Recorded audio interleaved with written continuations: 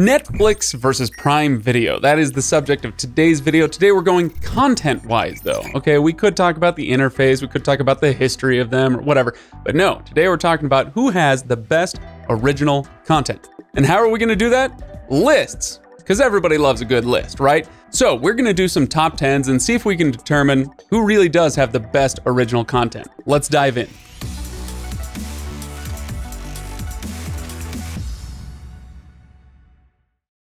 Thanks for joining me today, everybody. Don't forget to like and subscribe if this video is fun, and that's really what this one is supposed to be. It's just fun. And I'll tell you why. I was struggling with how I would decide how to rank the titles, how to, have these two compete against each other. So I went to Rotten Tomatoes. Rotten Tomatoes keeps some lists of the top rated titles on every streaming service. So I pulled up these two. And I'll give you these lists, and then I'll tell you why I don't think that they really work all that well.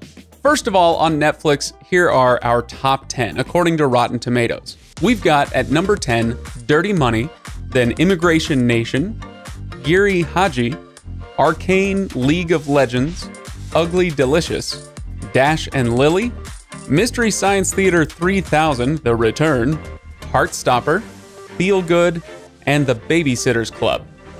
Okay, so there's your list. These are all on the top 10 because they all scored a perfect 100% on Rotten Tomatoes. Pretty amazing. But as I show this list, I'm guessing there's quite a bit of head scratching going on, and I understand that. But let's pop over to Prime Video and see what Rotten Tomatoes thinks is the top 10 there.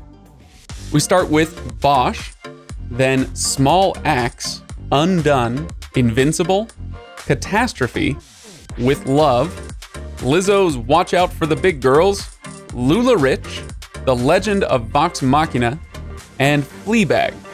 And once again, I'm thinking, yeah, there are several titles that belong on this list, but then there are several head scratchers once again.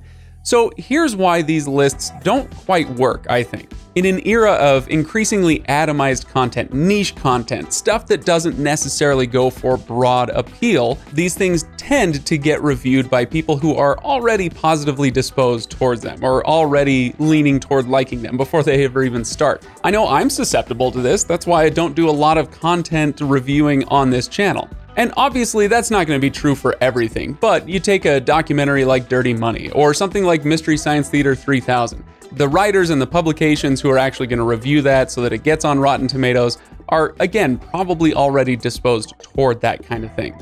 So how are we going to come up with a real top 10 for each of these streaming services? Well, we're just going to have to remember that these things have to be subjective. So here are my top 10 lists from each streaming service. The one thing I did do to limit myself was I kept it to the list that was on Rotten Tomatoes for both Netflix and Prime Video. Now, interestingly, Netflix had 200 titles to choose from on their list of well-regarded, certified fresh, original titles on Netflix.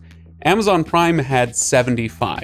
But still, I stuck to those lists, and without any apology, because this is just my top 10, here you go. On Netflix, we start with number 10, Murder Among the Mormons. Number 9, Squid Game.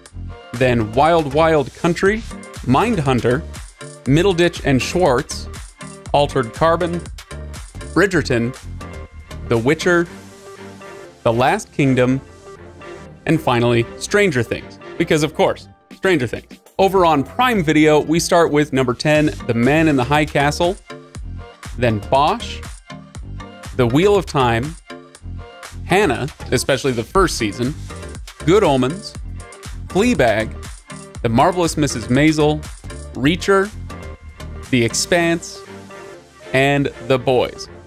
Kind of like Stranger Things, of course, because it's The Boys. It's amazing. So, we're gonna have to pick a winner, right? This is Netflix versus Prime Video. So, who wins? I'm gonna have to go with Netflix on this one, and here's why. Netflix does have a better originals library because they've spent the last 5 years or so pouring ungodly amounts of money into creating that original content.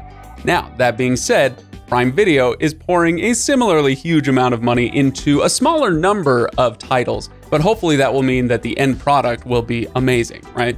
Now, if we want to zoom out and look at content as a whole, then Prime Video probably gives Netflix a run for its money just by its licensing program, because they do license a ton of content.